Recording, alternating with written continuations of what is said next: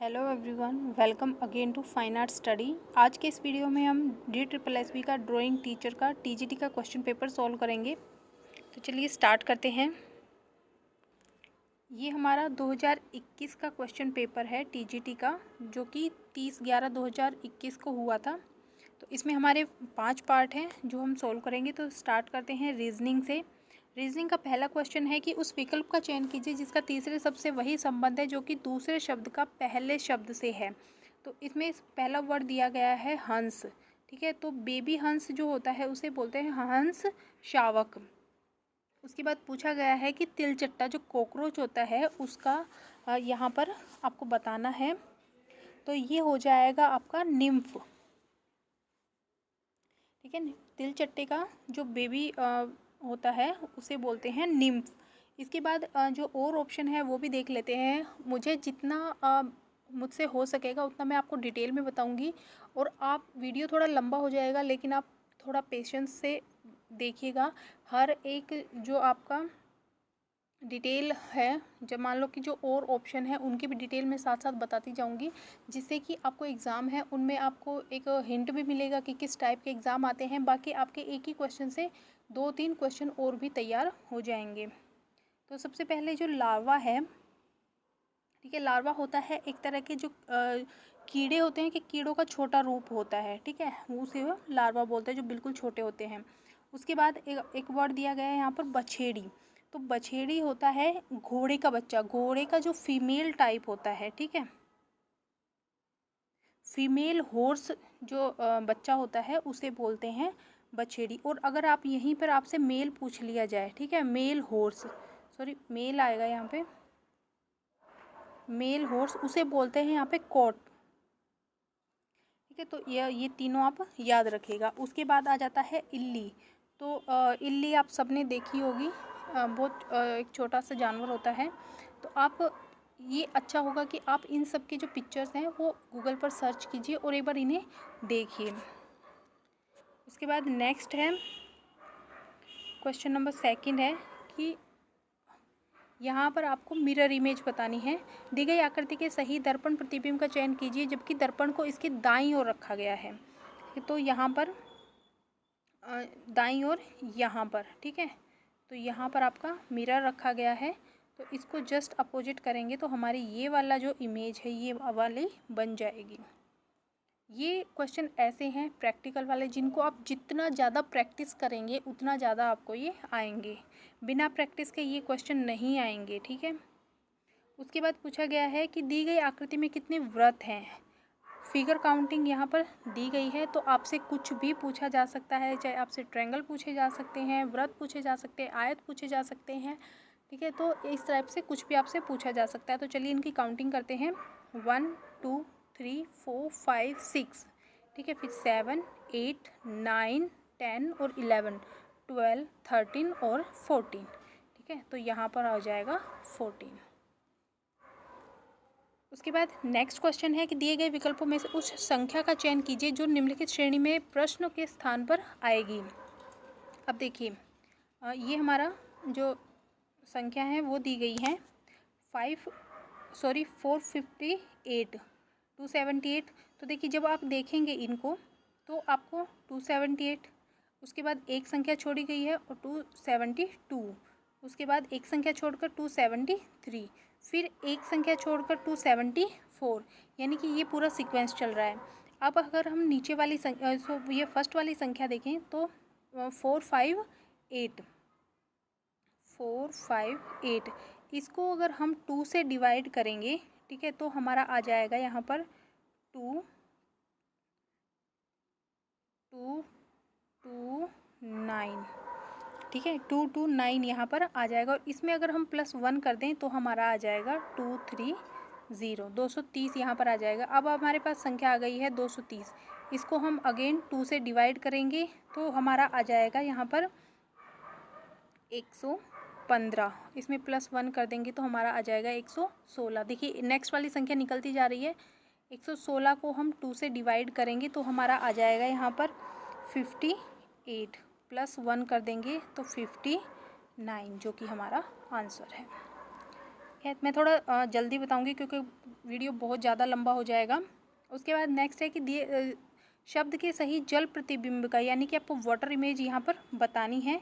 तो येलो एक वर्ड लिखा हुआ है, तो इसकी जो वाटर इमेज है, जब हम इसे आप देखोगे इसे लिखकर, तो ये इसका वाटर इमेज हो जाएगा।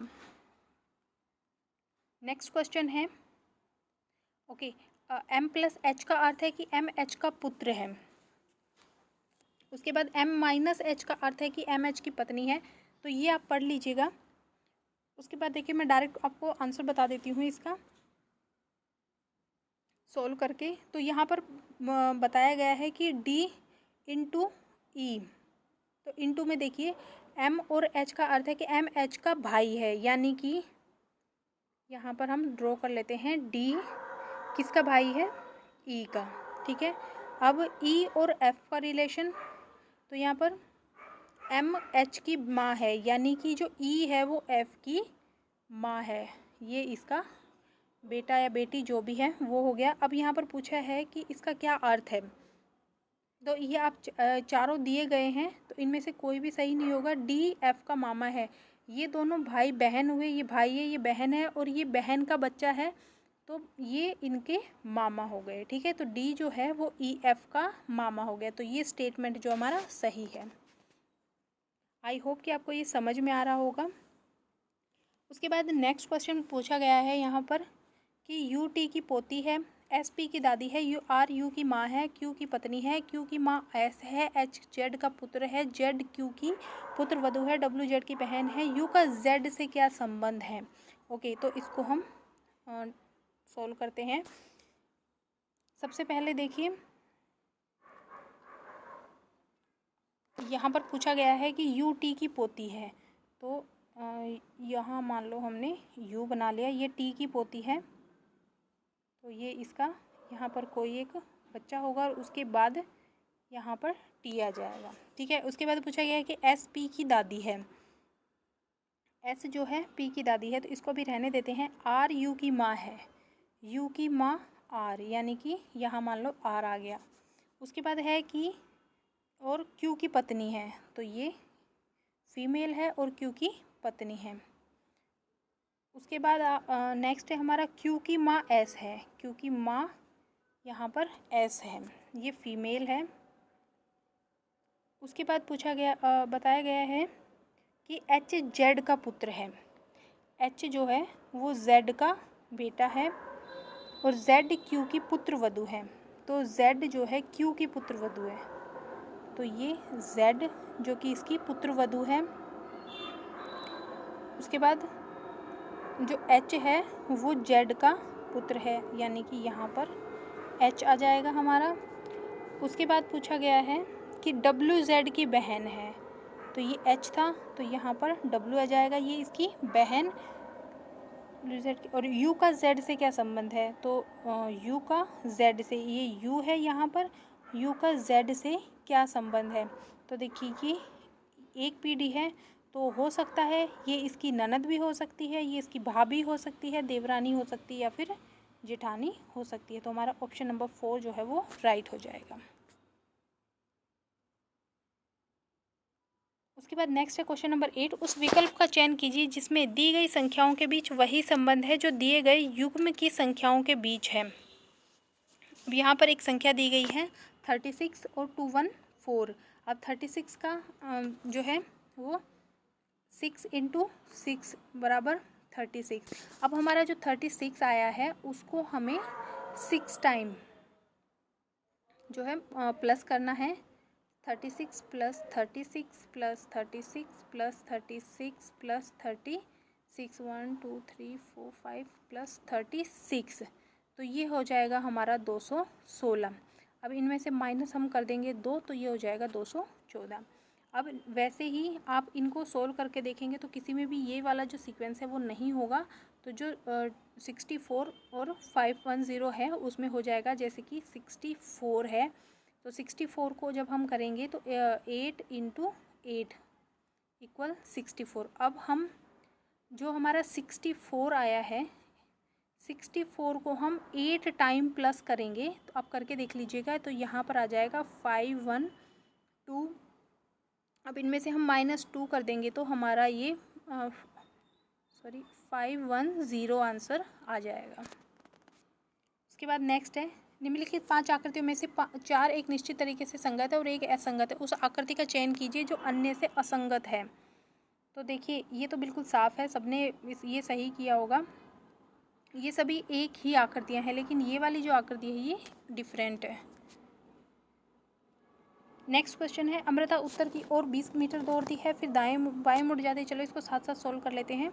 तो सबसे पहले यहाँ पर मान लो ये स्टार्टिंग पॉइंट है, तो अब उत्तर की ओर 20 मीटर दौड़ती है। ठीक है, ये उत्तर ऊपर की ओर, आपको पता है उत्तर, दक्षिण, पूर्व और पश्चिम। तो ये उत्तर की तरफ गई 20 मीटर। उसके बाद ये बाएं मुड़ती है, तो बाएं मुड़ेगी इस तरफ। ठीक है, तो ये यहाँ पर दौड़ती है 40 मीटर। उसके बाद फिर ये दाएं मुड़ती है, तो ये दौड़ती है 80 मीटर। उसके बाद ये पुनः दाएं मुड़ती है, तो ये मुड़ती है 40 मीटर। अब वह प्रारंभिक बिंदु से कितना दूर है? तो देखिए 20 तो ये हो गया, ठीक है, और इसने प्रारंभिक दूरी पूछी है, यानी कि ये वाली यहाँ से और यहाँ तक। तो ये वाली थी हमारी 80 और +20, तो ये हो गया हमारा 100 इसका आंसर हो जाएगा। नेक्स्ट है, उस विकल्प का चयन कीजिए जिसके तीसरे पद से वही संबंध है जो कि दूसरे पद का पहले पद से है। तो इस क्वेश्चन का आंसर देखिए, पूछा गया है इसमें 84 और 32। अब 8 × 4, ठीक है, तो 8 4 ज़ा 32, वैसे ही 78, ठीक है, तो इनको करेंगे हम, तो 7 8 जा हो जाएगा यहाँ पर 56 हमारा आंसर हो जाएगा। उसके बाद नेक्स्ट है, यहाँ पर अगेन आपसे जो मिरर इमेज है वो पूछा गया है। तो ये जो है इसका मिरर इमेज हो जाएगा। ये वाला जो वर्ड है ये आप ज़रूर ध्यान रखिएगा। यहाँ पर बताया गया होगा क्वेश्चन में हमेशा कि मिरर जो है वो कहाँ रखा गया है। ठीक है, लेफ़्ट रखा गया है, राइट रखा गया है, तो उस हिसाब से आप अपनी जो इमेज आंसर आप कर रहे हैं वो दें। ये छोटी छोटी गलतियां हैं जो हम जल्दबाजी में ये नहीं देख पाते। कई बार जैसे किसी क्वेश्चन में नहीं पूछा जाता है वो हम नहीं देख पाते, वैसे ही आप इनका ध्यान रखिएगा। उसके बाद नेक्स्ट है, असंगत युग्म का चयन कीजिए। इनमें से जो वो ओड वन आउट वो आपसे पूछा गया है। तो सबसे पहले बॉक्सिंग जो कि रिंग में ही होती है, कुश्ती जो रेसलिंग होती है वो भी अखाड़ा में ही होती है। उसके बाद रेस जो होती है वो ट्रैक पर होती है, लेकिन जो स्केटिंग होती है वो कोर्ट में नहीं होती। इसको बोलते हैं या तो स्केट पार्क या रिंग। ठीक है, रिंग यहाँ पर रिंग या रिंग बोलते हैं शायद, हाँ ठीक है। तो या फिर जो आपका स्केट कोर्ट होता है, स्केट पार्क जो होता है वहाँ पर ये स्केटिंग की जाती है। ठीक है, तो ये वाला अलग अलग है। नेक्स्ट क्वेश्चन है, तो यहाँ पर भी ओड वन आउट करना है। तो 5 यहाँ पर इमेज दी गई हैं जिनमें से आपको एक अलग है वो बतानी है। तो देखिए बाकी आपकी जो इमेज है वो आप यहाँ पर देखेंगे कि ये ऊपर की तरफ है तो ये नीचे की तरफ है इसमें। ठीक है, ये ऊपर की तरफ है, ये से डिफरेंट है, ये भी डिफरेंट है, लेकिन ये वाली जो है इसकी पोजीशन सेम है। ये ऊपर की तरफ है, ये भी ऊपर की तरफ है। तो हमारा जो आंसर है वो हो जाएगा 2। नेक्स्ट क्वेश्चन है, अगेन आपसे यहाँ पर वाटर इमेज पूछा गया है। तो इमेज का वाटर इमेज हो जाएगा ये वाला। नेक्स्ट क्वेश्चन है नंबर 16। दिए गए विकल्पों में से अक्षर समूह का चयन कीजिए जिसमें निम्नलिखित श्रृंखला में प्रश्न चिन्ह के स्थान पर क्या आएगा। ओके, तो देखिए सबसे पहले जो लास्ट वाली संख्या है वो देख लीजिए क्योंकि सबसे इजी है। सबके लास्ट में टी आ रहा है, यानी कि हमारी जो मिसिंग लेटर है उसके लास्ट में टी ही आएगा। ठीक है, अब शुरुआत करते हैं एम से।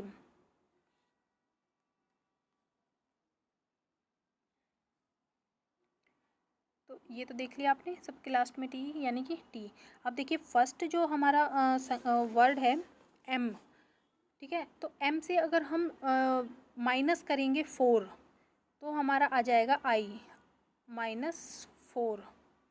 अब I से माइनस जाएंगे तो E आ जाएगा। अब E से माइनस जाएंगे तो हमारा A आ जाएगा -4।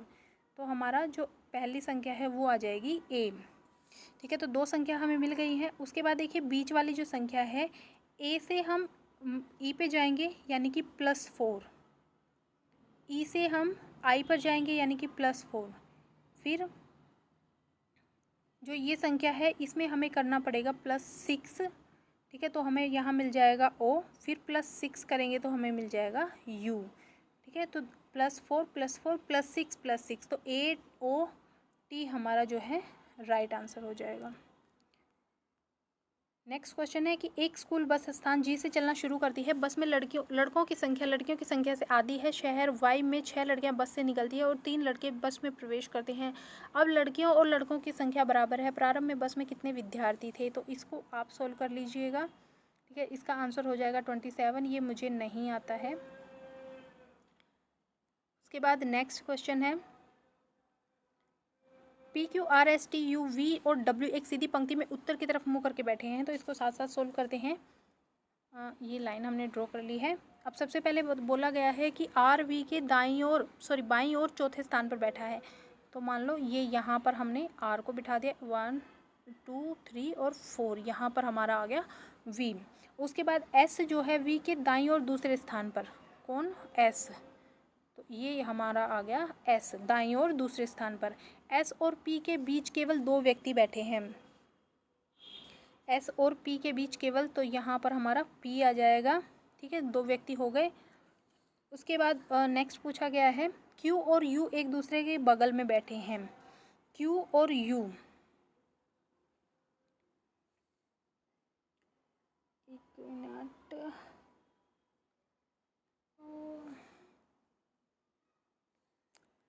एक सेकेंड।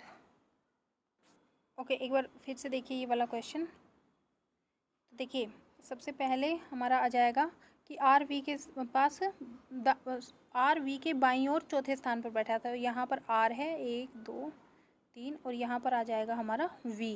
उसके बाद बोला गया है कि SV के दाईं ओर दूसरे स्थान पर बैठा है 1 और 2, तो यहाँ पर S आ जाएगा। S और P के बीच केवल 2 व्यक्ति हैं, तो 1 और 2, तो यहाँ पर P आ जाएगा।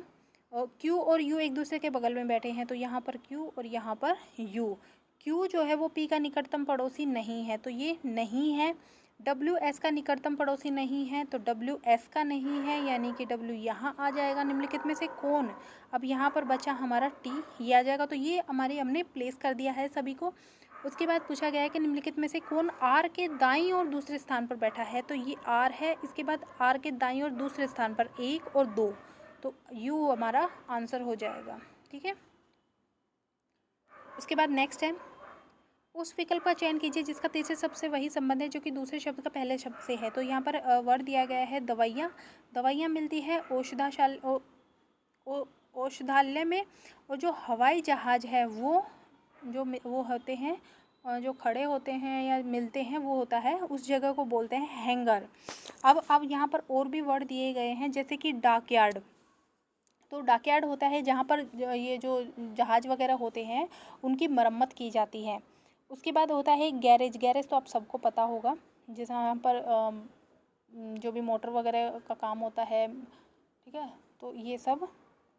उसके बाद एक है तहखाना। तो भूमि के नीचे की जो गोदाम होता है, कुछ भी कहें उसको, तो उसे बोलते हैं तहखाना। उसके बाद एक बताया क्वेश्चन नंबर 20 है, लास्ट क्वेश्चन है रीजनिंग का। उस विकल्प का चयन कीजिए जिसका तीसरे पद से वही संबंध है जो कि दूसरे पद का पहले पद से है। तो संख्या दी गई है 49, 352, 81। तो यहाँ पर देखिए सबसे पहले जो 49 है, तो 7 × 7 49 हो गया। अब यहाँ पर आ जाएगा 7 × 7 × 7 और +9, तो यहाँ पर आ जाएगा आपका 352। अब नेक्स्ट है 81, तो यानी कि 9 × 9 = 81।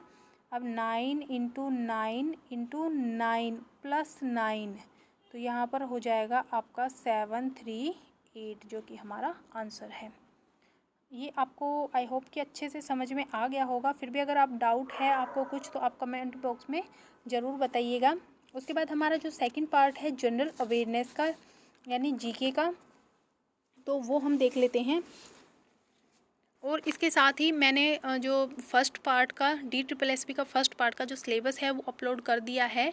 तो अगर आपने अभी तक नहीं देखा है तो ज़रूर देखिएगा। तो चलिए स्टार्ट करते हैं। जनरल अवेयरनेस का पहला क्वेश्चन है हमारा कि निम्नलिखित में से किसी एक अर्थव्यवस्था में कीमतों में नियंत्रण से परे तीव्र वृद्धि के रूप में परिभाषित किया गया है? तो ये हो जाएगा अति मुद्रास्फीति। नेक्स्ट क्वेश्चन है हमारा, प्रत्येक पंचायत में अनुसूचित जाति और अनुसूचित जनजाति के लिए संविधान के किस अनुच्छेद के अंतर्गत प्रावधान किए गए हैं?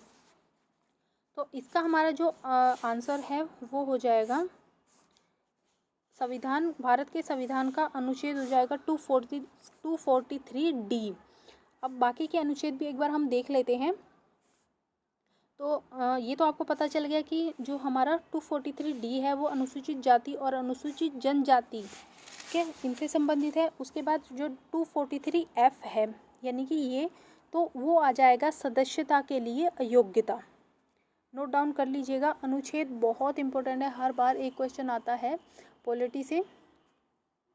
उसके बाद आ जाएगा 243S। तो 243S में आ जाएगा वार्ड समितियों आदि का गठन और उनकी संरचना से संबंधित ये अनुच्छेद है। उसके बाद नेक्स्ट है कि 243A, तो ये आ जाएगा आपका ग्राम सभा, ठीक है, इससे संबंधित है। नेक्स्ट क्वेश्चन है हमारा क्वेश्चन नंबर थर्ड, अधिकांश प्राकृतिक परितंत्रों में सूर्य से ऊर्जा अवशोषित की जाती है और यह उत्पादकों द्वारा व इसी प्रकार आगे उपभोग की जाती है। यह निम्नलिखित में से किस प्रकार का ऊर्जा प्रवाह माना जाता है? तो ये हो जाएगा आपका दिशाहीन। नेक्स्ट क्वेश्चन है हमारा नंबर 4, निम्नलिखित में से कौन सी जनजाति एक द्रविड़ जातीय भाषाई समूह है? तो ये हो जाएगी आपकी गोंड जो जनजाति है वो। अब बाकी जनजाति भी एक बार देख लेते हैं। अच्छा, गोंड जो जनजाति है वो कहाँ पर मिलती है मोस्टली? तो ये मिलती है आपकी MP में, ठीक है, महाराष्ट्र में, तेलंगाना में और आपकी बिहार में और उड़ीसा में। उसके बाद एक जनजाति यहाँ पर दी गई है मिरी। तो आपकी जो मिरी जनजाति है वो आपकी देखने को मिलती है जो अरुणाचल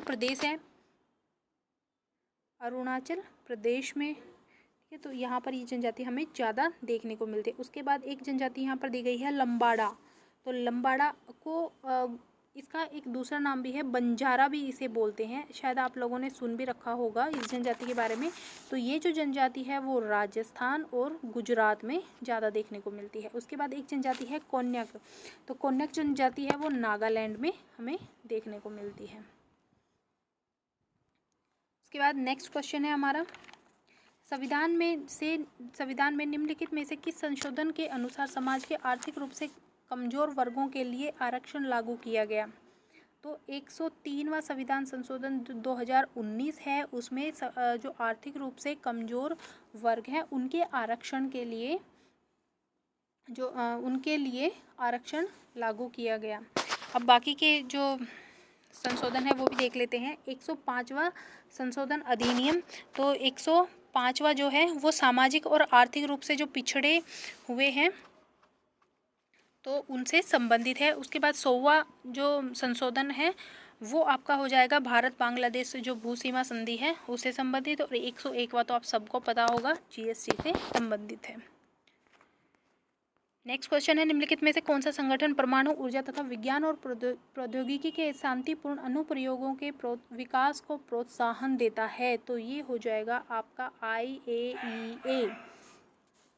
इसकी फुल फॉर्म देख लेते हैं, तो आप चाहें तो नोट कर लीजिएगा। जो इंटरनेशनल ऑर्गेनाइजेशन है, मैंने सिलेबस में भी बताया है, बहुत महत्वपूर्ण है। तो जो मेन है वो आपको पढ़ने हैं अच्छे से।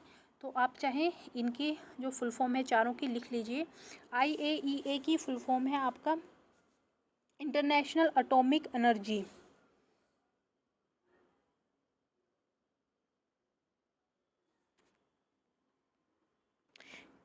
एजेंसी, ठीक है, यानी इंटरनेशनल एटॉमिक एनर्जी एजेंसी।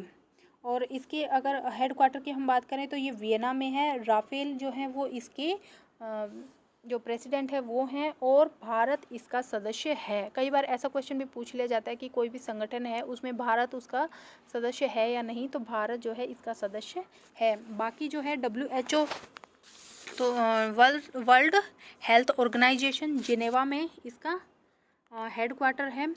और डॉक्टर टेड्रोस जो है वो इसके जो हेड हैं वो हैं। और 1948 में इसकी स्थापना हुई थी। उसके बाद आ जाता है IMF, तो international monetary fund Washington DC में इसका हेड क्वार्टर है। और 1944 में जो है इसकी स्थापना हुई थी। उसके बाद आ जाता है ILO यानी कि इंटरनेशनल लेबर ऑर्गेनाइजेशन, जिनेवा में इसका जो है हेड क्वार्टर है। और 1919 में इसकी स्थापना हुई थी। गिलबर्ट जो है वो इसके जो अध्यक्ष हैं वो है हेड अध्यक्ष, कुछ भी कह सकते हैं। उसके बाद क्वेश्चन नंबर 7 है कि नादिर शाह द्वारा दिल्ली सल्तनत पर आक्रमण किए जाने के समय मुगल वंश का सम्राट कौन था? तो वो थे आपके मोहम्मद शाह। नेक्स्ट है प्रतिस्पर्धा में धोखाधड़ी हेरफेर की रोकथाम के लिए शुरू किए गए अभियान बिलीव इन स्पोर्ट्स। तो ये एक कैंपेन था जिसमें कि किस भारतीय एथलीट को चुना गया था एज ब्रांड एम्बेसडर? तो वो चुना गया था आपका PV सिंधु। नेक्स्ट क्वेश्चन है भारतीय मूल की किस महिला को संयुक्त राष्ट्र महासभा का अध्यक्ष चुना गया? तो विजय लक्ष्मी पंडित को। यूनाइटेड किंगडम के पूर्व प्रधानमंत्री क्लेमेंट एटली ने यह घोषणा की थी कि ब्रिटिश सरकार 30 जून 1948 तक ब्रिटिश भारत को पूर्ण स्वाधीनता स्वशासन प्रदान कर देगी। तो ये जो उन्होंने घोषणा की थी ये की थी 20 फरवरी 1947 को। नेक्स्ट क्वेश्चन है किस राज्य और वन्य जीव अभ्यारण्य में एक सींग वाले गैंडे की संख्या विश्व में सर्वाधिक प्रसिद्ध है? ये क्वेश्चन सभी को आता होगा।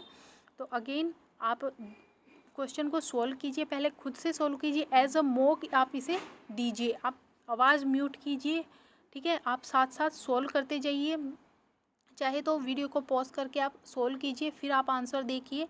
और जो ऑप्शन दिए गए हैं हो सके नहीं, मतलब आपको 100% चारों ही ऑप्शन आप सोल्व कीजिए, तभी आपका जो कॉन्फिडेंस भी बिल्ड होगा और साथ में आपको प्रैक्टिस भी आपकी अच्छे से होगी। तो देखिए जो एक सींग वाले गैंडों के लिए प्रसिद्ध है वो हो जाएगा आपका काजीरंगा, जो कि असम में है। 2 क्वेश्चन यहाँ से तैयार हो गए। एक तो एक सींग वाले गैंडे के लिए कौन सा प्रसिद्ध है? काजीरंगा। काजीरंगा कहाँ है? ये असम में है।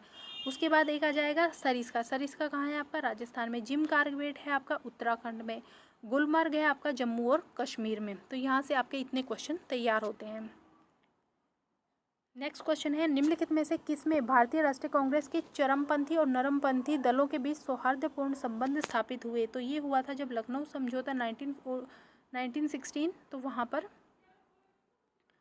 नेक्स्ट है क्वेश्चन नंबर 13 भारत सरकार में भारतीयों की भागीदारी विस्तृत करने के लिए यूनाइटेड किंगडम द्वारा निम्नलिखित में से कौन सा अधिनियम पारित किया गया था? तो भारत सरकार अधिनियम 1919 ये पारित किया गया था। नेक्स्ट है हिंदुस्तानी शास्त्रीय संगीतकार अली अकबर खां किस घराने से संबंधित थे?